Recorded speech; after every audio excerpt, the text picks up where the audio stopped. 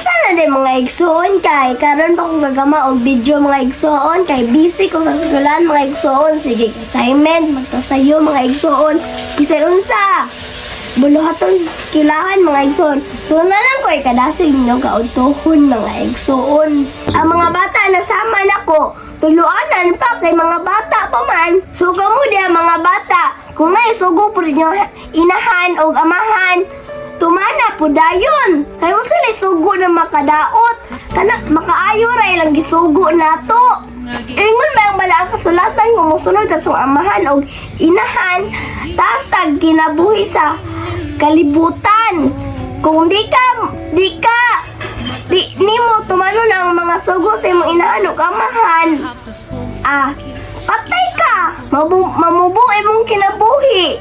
So, aron tas atong kinabuhi, dapat di dito magsukod-sukod sa itong inahan o amahan. Kung dili atong sundon, gamay lang naman, napahinundom, ampo, amping, abante. To God be all the glory. God bless.